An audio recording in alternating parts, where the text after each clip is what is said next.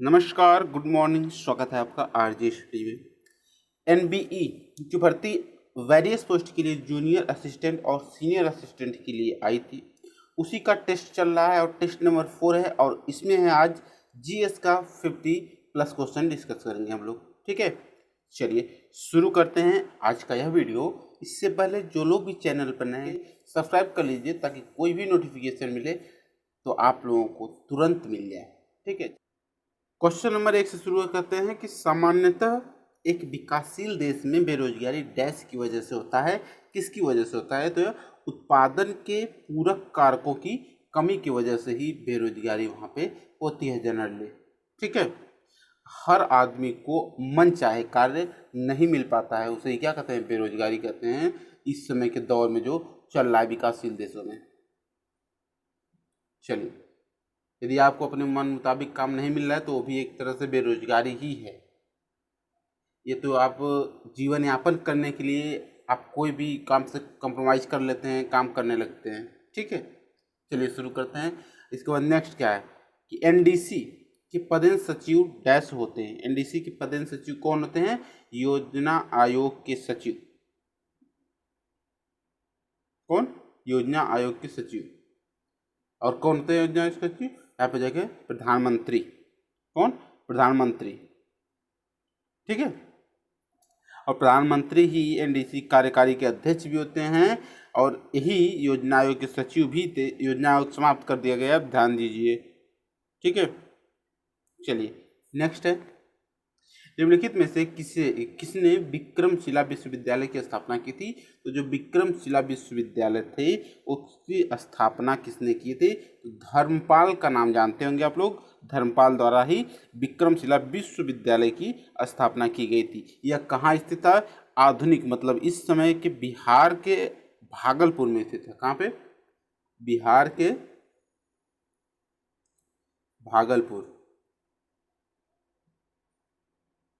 ठीक है, भागलपुर में स्थित है। यह पाल साम्राज्य के दौरान नालंदा के साथ भारत में बौद्ध शिक्षा के 2 महत्वपूर्ण केंद्रों में से एक था। ठीक, चलिए नेक्स्ट है, याद रख रहे हैं धर्मपाल। भारत का कौन सा गवर्नर जनरल ओवेन मेरेडिथ के नाम से कविताएं लिखता था? ओवेन मेरेडिथ के नाम से कविताएं लिखता था, तो कौन सा था आपका भारत का गवर्नर जनरल? तो हो जाएगा यहाँ पे लॉर्ड लिटन। कौन था? लॉर्ड लिटन था, जो कि ओवेन मेरेडिथ के नाम से कविताएं लिखता था। चलिए नेक्स्ट है, निम्नलिखित में से कौन सा युग्म सुमेलित नहीं है? ध्यान दीजिए, नहीं की बात कर रहा है यहाँ पे। कौन सुमेलित नहीं है? इटना इटली हो गया, फ्यूजियामा जापान हो गया, पोपा म्यांमार हो गया, क्राकाटाओ मलेशिया हो गया। आप लोग ये बताइए क्या है यह? तो ये ज्वालामुखी है। ये ध्यान दीजिए, क्या है? ज्वालामुखी है। इटना ज्वालामुखी जो है आपकी इटली में पाई जाती है। एकदम बिल्कुल सही है। ठीक है, क्या है? एकदम बिल्कुल सही है। और जो फ्यूजियामा है आपका जापान में पाया जाता है ज्वालामुखी, ये भी सही है। पोपा जो म्यांमार में पाया जाता है ये भी सही है। और जो रह गया आपका क्राकाटाओ जो है ना, क्राकाटाओ मलेशिया में नहीं पाया जाता है। मलेशिया में नहीं पाया जाता है, ये पाया जाता है इंडोनेशिया में। कहाँ पे? इंडोनेशिया में पाया जाता है क्राकाटाओ। ठीक है, चलिए, और ये जावा और सुमात्रा द्वीपों के सुंदर जलभरणों में स्थित है। कौन? क्राकाटाओ ज्वालामुखी। चलिए नेक्स्ट है, छोटा नागपुर की पठार पठार की सबसे ऊंची पर्वत चोटी है, तो कौन सी है सबसे ऊंची पर्वत चोटी छोटा नागपुर पठार की? तो यहाँ पर जाएगा 46 नंबर का पारसनाथ। कौन है? पारसनाथ। पारसनाथ ही क्या है आपका सबसे ऊंची पर्वत चोटी है। किसकी? छोटा नागपुर पठार की। चलिए आगे चलते हैं कि बेगम अख्तर कला के किस क्षेत्र से संबंधित हैं? बेगम अख्तर जो हैं कला के किस क्षेत्र से संबंधित हैं? तो यहाँ पर हो जाएगा नृत्य, चित्रकला, संगीत, लोक कला। क्या हो जाएगा इसमें से? 47 नंबर का आंसर हो जाएगा संगीत से। नेक्स्ट है, वायु प्रदूषण से निपटने के लिए निम्नलिखित किस देश ने विश्व का सर्वाधिक ऊंचा वायु शोधक 328 फीट ऊंचे टावर का निर्माण किया है?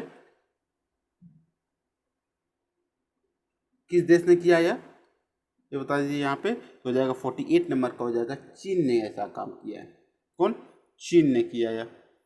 ठीक है, चलिए नेक्स्ट है कि पृथ्वी के वायुमंडल में सबसे प्रचुर मात्रा में निष्क्रिय गैस कौन सी पाई जाती है? ध्यान दीजिएगा, निष्क्रिय गैस, इनर्ट गैस जो होती हैं वो सबसे ज़्यादा प्रचुर मात्रा में कौन पाई जाती है आपकी? तो 49 नंबर का हो जाएगा आर्गन। क्या? आर्गन पाई जाती है सबसे ज़्यादा। उत्कृष्ट गैस या इसे नोबेल भी कहते हैं, नोबेल गैस भी कहते हैं। ठीक है, चलिए नेक्स्ट चलते हैं आगे। 50 नंबर क्वेश्चन क्या कह रहा है कि नेपाल का सबसे बड़ा शहर कौन सा है? ये जान लीजिए, नेपाल का सबसे बड़ा शहर कौन सा है, ये भी जानना बहुत इंपॉर्टेंट है। तो काठमांडू। कौन है? काठमांडू। ठीक है, चलिए नेक्स्ट है समान परमाणु संख्या परंतु असमान द्रव्यमान वाले तत्व डैश कहलाते हैं। तो समान परमाणु संख्या हो लेकिन असमान आपका क्या हो? संख्या, द्रव्य आपका संख्या हो, क्या कहलाते हैं वो तत्व? वो कहलाते हैं हम लोगों का तत्व समस्थानिक। क्या कहलाते हैं? समस्थानिक। ठीक है, चलिए नेक्स्ट है धोने के सोडे के उपयोग डैश होता है। क्या क्या होता है देखिए, तो धोने के सोडे के उपयोग क्या क्या होता है यहाँ पे? तो जल की अस्थायी कठोरता को हटाने के लिए किया जाता है, एकदम बिल्कुल सही है। ठीक, और पीने वाले जल की जीवाणुओं की मुक्त करने के लिए किया जाता है, ये बिल्कुल गलत है। घरों के सफाई में किया जाता है, ये भी सही है आपका। ठीक, तो क्या हो जाएगा 1 और 3? तो हम लोग ऑप्शन हम लोगों का हो जाएगा केवल 1 और 3, ऑप्शन नंबर 2।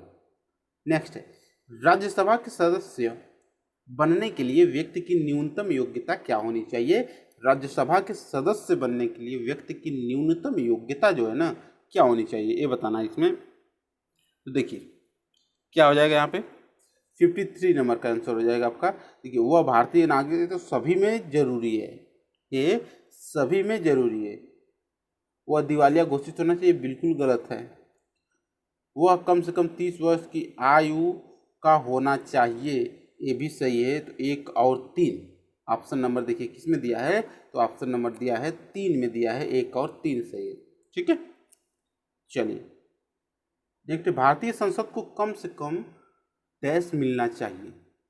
भारतीय संसद को कम से कम मिलना चाहिए, वर्ष में कितनी बार मिलना चाहिए? तो 54 नंबर का हो जाएगा, वर्ष में 2 बार। 2 सत्र बुलाया जाता है ना, 2 सत्र होते हैं। ठीक, चलिए नेक्स्ट है आहार नाल का सबसे लंबा भाग कौन सा है? तो आहार नाल का सबसे लंबा भाग जो है आपका क्षुद्रांत है। क्या? क्षुद्रांत या छोटी आंत कहते हैं जिसे, छोटी आंत। ठीक है, चलिए नेक्स्ट है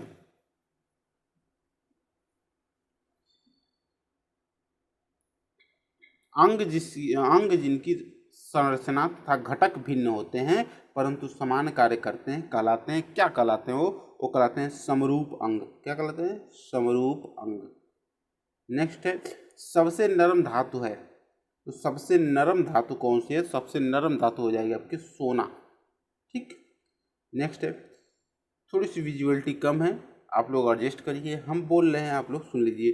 किस देश ने AG-600 नामक विश्व का सबसे बड़ा उभयचर विमान बनाया है? AG-600, AG-600 कौन बनाया है? 58 नंबर का हो जाएगा सी, चीन बनाया है। ठीक है, चलिए यहाँ पे हो जाएगा निम्नलिखित में से किस गैस का उपयोग वनस्पति तेल से वनस्पति घी के निर्माण में किया जाता है? तो किस गैस का उपयोग किया जाता है? यहाँ पे 59 नंबर का हो जाएगा, एक हाइड्रोजन का। किसका? हाइड्रोजन का। नेक्स्ट है वातावरण की कौन सी परत ओजोनोस्फीयर भी कहलाती है? कौन सी ओजोनोस्फीयर भी कहलाती है? तो यहाँ पर हो जाएगा 60 का 2 स्ट्रेटोस्फीयर। क्या? स्ट्रेटोस्फीयर, इसी में पाया जाता है क्या? ओजोनोस्फीयर भी कहलाती है और इसी में ओजोन परत भी पाई जाती है। इसे हिंदी में समताप मंडल भी कहते हैं। ठीक है, क्या कहते हैं? समताप मंडल कहते हैं। चलिए नेक्स्ट है किसी विद्युतीय पदार्थ का प्रतिरोधक ओम में कितना होगा यदि इसमें 0.2 धारा प्रवाहित होती है, तब विभवांतर 8 वोल्ट है। 8 वोल्ट है। अच्छा, आप सभी लोग जानते हैं कि I बराबर होता है V/R। ठीक है, क्या कितना है आपका प्रतिरोधकता आपका है 8, विभवांतर कितना है 8, प्रतिरोधकता कितना है 0.2। 0 हटेगा ऊपर, यहाँ पे 10 हो जाएगा, 0 80 हो जाएगा, 80/2 हो जाएगा, 1 कटेगा 40 हो जाएगा, 40 ओम। कितनी धारा प्रवाहित हो रही है? तो 40 ओम प्रवाहित हो रही धारा। एकदम आराम से आप लोग भी जान सकते हैं I बराबर होता है V/R, या तो V बराबर I/R, ये होता है ना। कितना हो जाएगा 40 ओम हो जाएगा आराम से। अगर नहीं समझ आया फिर से एक बार वीडियो रिवाइंड कर लीजिए, पीछे कर लीजिए और समझ लीजिए अच्छे से। चलिए आगे चलते। पृथ्वी के गुरुत्वीय त्वरण G का मान होता है, क्या होता है? एक क्वेश्चन हमको लगता है एक रिपीट भी हो गया है क्वेश्चन। विषुवत वृत्त की अपेक्षा ध्रुवों पर अधिक होता है। विषुवत वृत्त की अपेक्षा जो आपका है ध्रुवों पर अधिक होता है। क्यों ध्रुवों पर अधिक होता है? कि हल्का सा जो पृथ्वी है ना, ये चपटी है, एसिड है, ठीक है, इतना भी नहीं है, आपका जो है ये शेप का है। तो जो यहाँ पे है ना, इसकी अपेक्षा जो है यहाँ पे ज़्यादा आपका भार होता है। ठीक, ये ध्यान रखे रहिए। चलिए नेक्स्ट है, भूकंपी तरंगों को डैश उपकरण द्वारा रिकॉर्ड किया जाता है। किस उपकरण द्वारा रिकॉर्ड किया जाता है भूकंपी तरंगों को? तो 63 नंबर का हो जाएगा, एक भूकंप लेखी द्वारा। इसके द्वारा भूकंप लेखी द्वारा किया जाता है, इंपॉर्टेंट है। नेक्स्ट है, ताजमहल के पीला होने के निम्नलिखित में से कौन सा जिम्मेदार है? कौन जिम्मेदार है आपका? देखिए यहाँ पे 64 नंबर का हो जाएगा हम लोगों का आंसर, सल्फर डाइऑक्साइड। कौन? सल्फर डाइऑक्साइड इंपॉर्टेंट है, SO2। ठीक, नेक्स्ट है, इंटरनेट को बनाने वाला कंप्यूटर नेटवर्क टेलीफोन पानी के नीचे की केबलों का और द्वारा जुड़ा होता है। किसके द्वारा जुड़ा होता है? पानी के नीचे केबलों और किसके द्वारा जुड़ा होता है? तो हो जाएगा आपका आंसर, देखिए उपग्रहों द्वारा। किसके द्वारा? सैटेलाइट्स होते हैं ना, सैटेलाइट्स द्वारा। चलिए नेक्स्ट है, प्रचंड बेरोजगारी का अर्थ समानता है जहाँ पे क्या होता है? प्रचंड बेरोजगारी का अर्थ श्रम के सीमांत उत्पादक शून्य हैं। श्रम के सीमांत उत्पादक क्या है? शून्य है। मैंने अभी बताया प्रचंड बेरोजगारी क्या होती है। प्रचंड बेरोजगारी वो होती है कि काम कम ही लोगों का है लेकिन उसमें और लोग भी लगे हुए हैं उसी में। काम मान लीजिए 2 लोगों का है, उसमें 4 लोग काम कर रहे हैं उतने ही पैसे में, 4 लोग काम कर रहे हैं, उसे ही प्रचंड बेरोजगारी कहते हैं। जबकि 2 ही लोग भी काम कर सकते हैं उस काम को, इसे छिपी हुई बेरोजगारी भी कहते हैं। चलिए नेक्स्ट है कि राज्य वित्तीय निगमों ने मुख्य रूप से डैश को विकसित करने के लिए सहायता दी है। किसको विकसित करने के लिए सहायता दी है आपकी? राज्य वित्तीय निगमों ने। हो जाएगा 67 नंबर का आंसर हो जाएगा, मध्यम और लघु उद्योग को विकसित करने के लिए। किसे? मध्यम और लघु उद्योग को विकसित करने के लिए व्यवस्था दी हुई है। नेक्स्ट है कि निम्नलिखित में किस प्रतिहार राजा ने महाराजाधिराज की उपाधि ली थी? किस प्रतिहार राजा ने महाराजाधिराज की उपाधि ली थी? तो किसने ली थी महाराजाधिराज की उपाधि? तो नागभट्ट द्वितीय ने लिया था। किसने लिया था? नागभट्ट द्वितीय ने लिया था। नेक्स्ट है कि टेलीग्राफ लाइन सर्वप्रथम कहाँ से कहाँ तक बिछाई गई थी? तो टेलीग्राफ लाइन जो है आपको सर्वप्रथम कहाँ से कहाँ बिछाई गई थी ये बताना है हमें। क्या हो जाएगा? तो टेलीग्राफ लाइन जो है आपकी कहाँ से कहाँ बिछाई गई? 69 को हो जाएगा यहाँ पे, कलकत्ता से आगरा बिछाई गई थी। कहाँ से? कलकत्ता से आगरा बिछाई गई थी। ठीक है, चलिए नेक्स्ट है,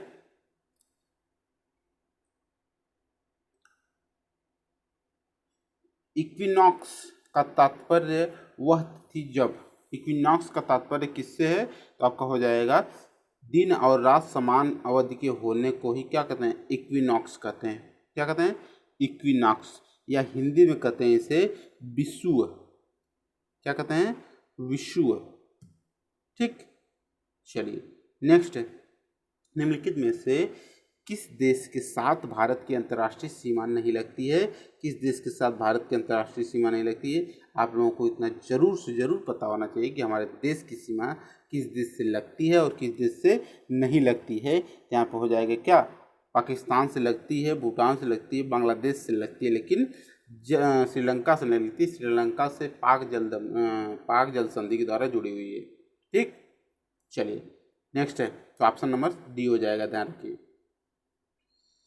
गुरु नानक देव सिख धर्म के प्रवर्तक जो थे, का जन्म कहाँ हुआ था? इनका जन्म कहाँ हुआ था ये हमें बताना है। तो इनका जन्म कहाँ हुआ था आपका?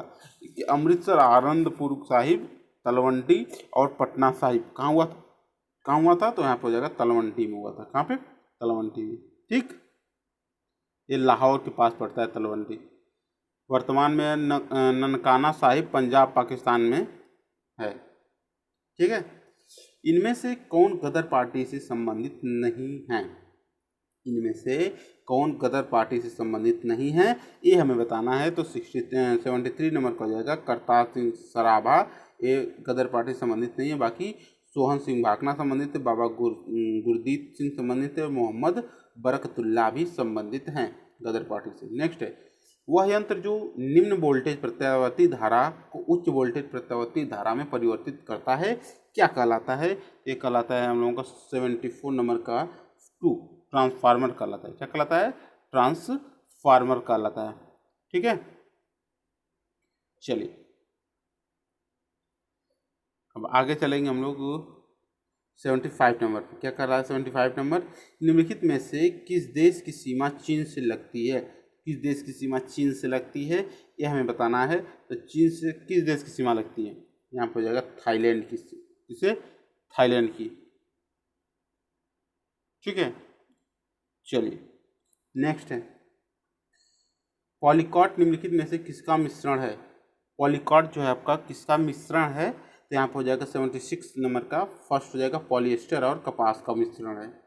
नेक्स्ट, निम्नलिखित में से कौन सा अक्षय प्राकृतिक संसाधन है? कौन सा अक्षय प्राकृतिक संसाधन है आपका? 77 नंबर का हो जाएगा फर्स्ट वायु। नेक्स्ट है, डॉक्टर अंबेडकर के अनुसार कौन सा अनुच्छेद भारतीय संविधान का सबसे महत्वपूर्ण अनुच्छेद है? सबसे महत्वपूर्ण अनुच्छेद कौन सा हो जाएगा इसमें बाबा साहेब अंबेडकर के द्वारा? 78 का 3 आर्टिकल 32, इसे आत्मा भी कहे हैं। वह क्या कहे हैं? आत्मा कहे हैं संविधान की। नेक्स्ट, नगर पालिका में महिलाओं के लिए कितनी सीटें आरक्षित हैं? तो 79 नंबर को जाएगा 3/1/3 33% सीटें आरक्षित हैं। नेक्स्ट, पौधों द्वारा नाइट्रोजन किस प्रकार लिया जाता है? पौधों द्वारा नाइट्रोजन जो है किस प्रकार लिया जाता है? तो 80 का हो जाएगा फर्स्ट अकार्बनिक नाइट्रेट अथवा नाइट्राइट के रूप में भी लिया जाता है और कार्बनिक पदार्थों के रूप में भी लिया जाता है, सीधे वायुमंडल से नहीं लिया जाता है। ठीक, ये हम लोगों का आंसर हो जाएगा। तो ऑप्शन नंबर 1 हो जाएगा, 1 और 2 दोनों। नेक्स्ट है हो जाएगा कि कौन सा देश सर्वाधिक मरकरी का उत्पादन करता है? तो कौन सा देश जो है आपका सर्वाधिक मरकरी का उत्पादन करता है ये हमें बता देना है। और कौन सा इसमें मैक्सिको, कनाडा, इटली, जर्मनी, क्या हो जाएगा आंसर हमें ये बताना है। कौन सा देश मरकरी का उत्पादन करता है? ठीक है, तो यहाँ पे क्या हो जाएगा, कौन सा देश करता है मरकरी का उत्पादन? इटली जो है आपका सर्वाधिक मरकरी का उत्पादन करती है। ठीक है, इटली देश जो है सर्वाधिक मरकरी का उत्पादन वहाँ पे होता है। नेक्स्ट क्वेश्चन पे चले हम लोग, क्या हो जाएगा नेक्स्ट क्वेश्चन? भारत में प्रथम न्यूक्लियर रिएक्टर है, तो भारत में प्रथम न्यूक्लियर रिएक्टर कौन सा है? तो अप्सरा है। क्या है? अप्सरा है जो भारत में प्रथम न्यूक्लियर रिएक्टर है। ठीक, चलिए नेक्स्ट है कि निम्नलिखित में से किसने हिंद स्वराज पुस्तक लिखी थी? तो हिंद स्वराज पुस्तक किसने लिखी थी? ये पुस्तक ये प्रश्न रिपीट भी हो रहा है, एक बार और भी प्रश्न पूछा जा चुका है हमारे टेस्ट में। कौन सा हो जाएगा? 83 नंबर का आंसर हो जाएगा हम लोगों का। बाल गंगाधर तिलक, महात्मा गांधी, गोपाल कृष्ण गोखले, MG रनाडे, कौन हो जाएगा? हिंद स्वराज पुस्तक की रचना किसने की थी? तो 83 नंबर को हो जाएगा यहाँ पे बी, महात्मा गांधी। ठीक, चलिए नेक्स्ट है, यहाँ पे हो जाएगा दिन और रात कहाँ बराबर होते हैं, दिन और रात कहाँ बराबर होते हैं ये हमें बताना है। तो विषुवत रेखा पर दिन और रात बराबर होते हैं। चलिए नेक्स्ट है कि अंतर्राष्ट्रीय न्यायालय का मुख्यालय कहाँ है। तो अंतर्राष्ट्रीय न्यायालय का मुख्यालय आप सभी लोगों को पता होगा, नहीं पता है तो जान लीजिए, द हेग में है। कहाँ पे? द हेग में। और द हेग कहाँ पे? नीदरलैंड। ठीक है। चलिए नेक्स्ट है अंतर्राष्ट्रीय परमाणु ऊर्जा एजेंसी का मुख्यालय है। कहाँ पे है मुख्यालय इसका? अंतर्राष्ट्रीय परमाणु ऊर्जा एजेंसी, इसका मुख्यालय जो है हम लोगों का 86 नंबर का हो जाएगा सी, वियना में। कहाँ पे? वियना में। ठीक है। चलिए नेक्स्ट है मौलिक अधिकारों को लागू करने के लिए संविधान ने किसे विशेष उत्तरदायित्व सौंपा? किसे सौंपा आपका? यहाँ पर हो जाएगा उच्चतम न्यायालय को, सुप्रीम कोर्ट को। किसे? सुप्रीम कोर्ट को। ठीक है। चलिए हाल ही में आज़ाद हिंद सरकार की स्थापना की कौन सी वर्षगांठ मनाई गई? कौन सी वर्षगांठ मनाई गई थी आपकी? तो यहाँ पर हो जाएगा 88 नंबर का आंसर हो जाएगा 75वीं। कौन सी? 75वीं। नेक्स्ट है थोड़ा सा विजुअलिटी कम हो जाएगी, इसके बाद मैं बता रहा हूँ यहाँ पे कि नालंदा जो प्राचीन शिक्षण एवं मठ का एक केंद्र कब नष्ट हो गया? 89 नंबर का हो जाएगा सी, 1200 ईस्वी में। कब? सी 1200 ईस्वी में। पेटागोनिया कहाँ स्थित है? पेटागोनिया कहाँ स्थित है? तो 90 नंबर का हो जाएगा आपका ए, अर्जेंटीना। कहाँ स्थित है? अर्जेंटीना है। ठीक है। चलिए ये रहा हम लोगों का 50 क्वेश्चन जो कि बहुत ही इम्पोर्टेंट था। आप लोग इसे अच्छे से देख लीजिए एक दो बार, एकदम याद हो जाएगा, रटा जाएगा। करंट की चिंता मत करिए, करंट में बाद में आप लोगों को प्रोवाइड करा दूंगा। और पूरा का पूरा 1 साल का रहेगा, लगभग 7 से 8 महीने का, 8-9 महीने का बहुत बढ़िया से करंट अफेयर रहेगा, कहीं भी छूटेगा नहीं, उससे बाहर नहीं आएगा। चलिए और जो लोग नए हैं चैनल पर जरूर सब्सक्राइब कर लीजिए। वीडियो देखने के लिए बहुत बहुत धन्यवाद।